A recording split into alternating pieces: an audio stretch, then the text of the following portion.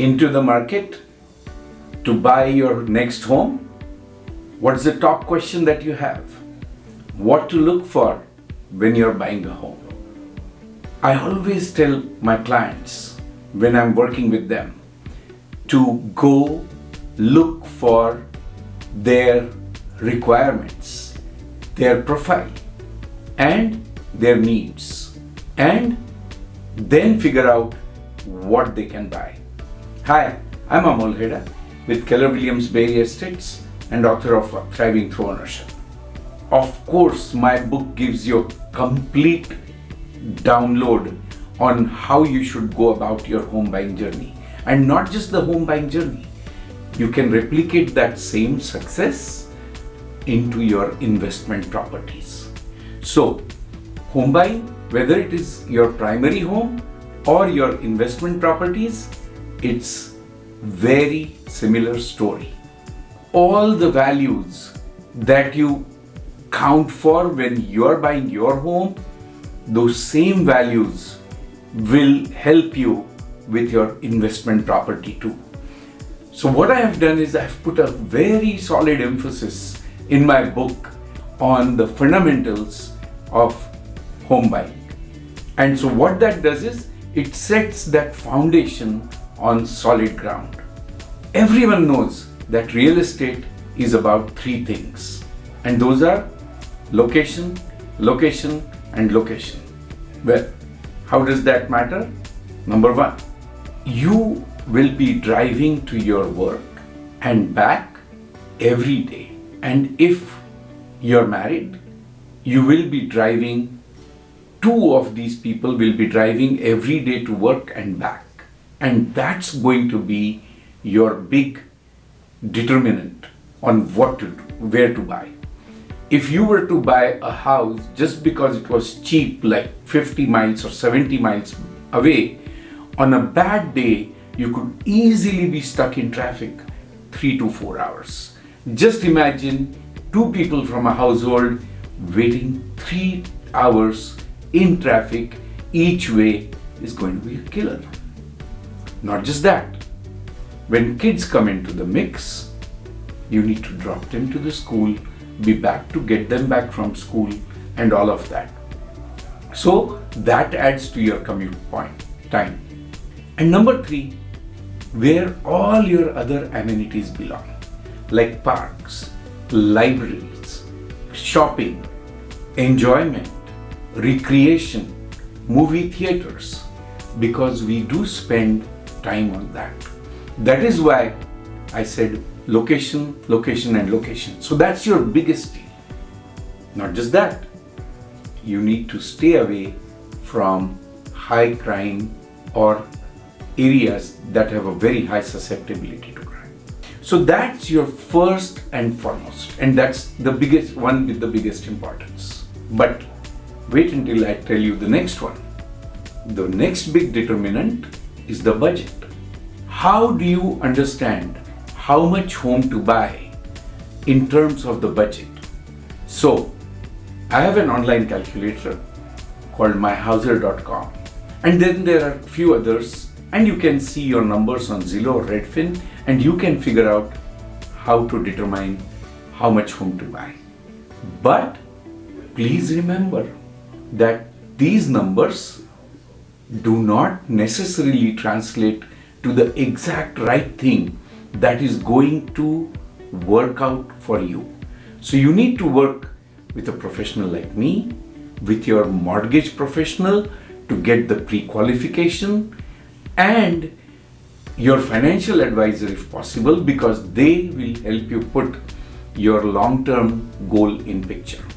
But just to make matters simple, say somebody is making $100,000 per year. You divide your income into three parts. So 33, 33, and 33. You can afford a home that can pay $33,000 per year in expenses.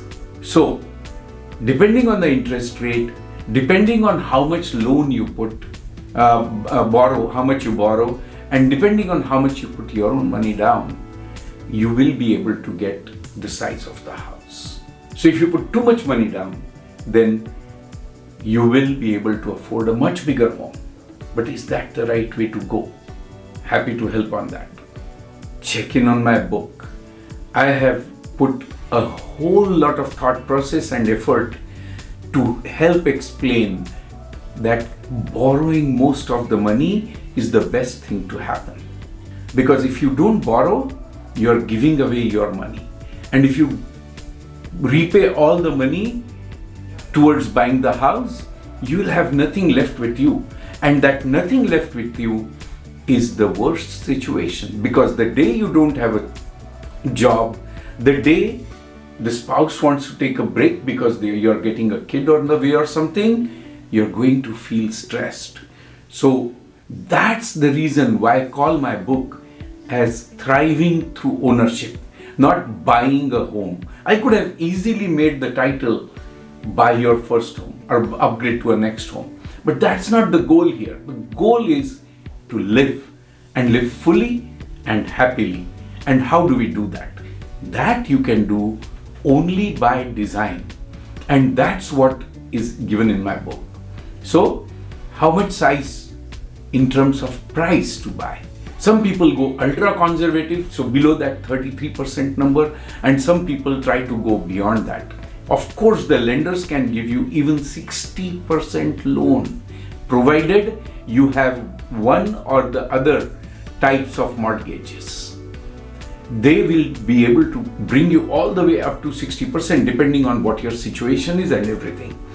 But you should be able to work on that by design, and that's very key.